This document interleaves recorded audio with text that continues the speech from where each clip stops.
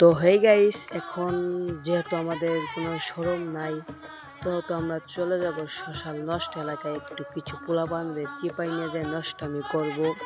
এখন আমি দিলাম শ্মশান স্টার্ট করে, দেখি পোলাপানরে নষ্টামি শেখানো যায় কি। এসে পড়েছি আমরা শ্মশানে।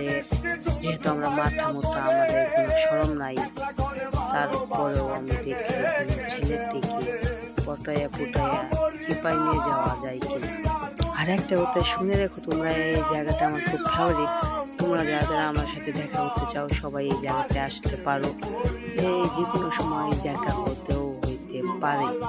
বেশি বগর বগর না করে এখন আমাদের মেন কাজের দিকে আমরা রওনা দিই। তো পিন্ডে কিছুক্ষণ নষ্টামি করার পরে আর ভালো লাগছিল না। ছেলেটা বললো, নষ্টামি যখন যেহেতু করবো, তখন চিপায় যে মন মতো নষ্টামি করি।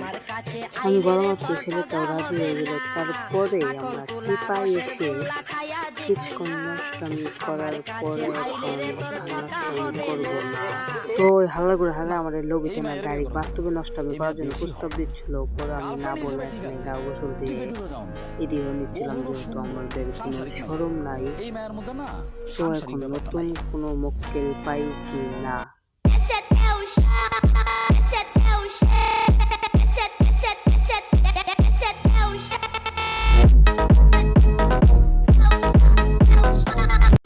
আগে তো বুঝি নাই আমি যৌবনের কি জ্বালা।